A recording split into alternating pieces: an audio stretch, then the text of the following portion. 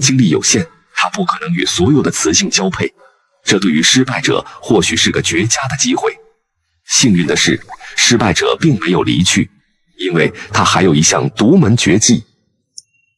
鸵鸟在6200万年前就放弃了飞行，因此它们进化出了一种低成本的求偶方式。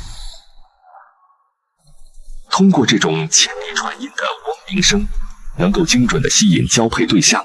一旦有雌鸟靠近，雄鸟会通过华丽的步伐来展示自身魅力。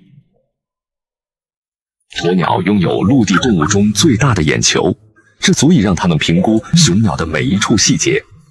雌鸟对于择偶对象十分苛刻，在交配之前，它要对雄鸟进行一次大体检。雌性通过奔跑的方式测试雄性的耐力。